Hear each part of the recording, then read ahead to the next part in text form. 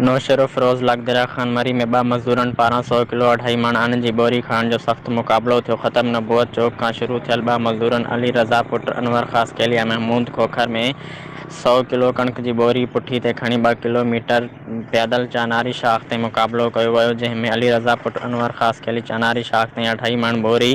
अन जी खणी मुक़ाबलो खटी دريا खान मरी में रिकॉर्ड क़ाइमु करे छॾियो, जॾहिं त महमूद खोखर 1 किलोमीटर हलण खां पोइ अन जी बोरी उछलाए छॾी, जॾहिं त मुक़ाबलो खटींदड़ अली रज़ा पुट अनवर ख़ास कैली खे इनाम तौरु 5000 रुपयनि जा हार पाराया विया, जॾहिं शौक़ीननि पारां पिणु मुक़ाबलो खटींदड़ खे रोक रक़म ॾिनी वई ऐं हार पाराया विया। मुक़ाबले दौरान वॾी तादाद में अवाम शिरकत करे मुक़ाबलो कंदड़ जी हौसला अफ़ज़ाई कई ऐं भरपूर साथ ॾिनो।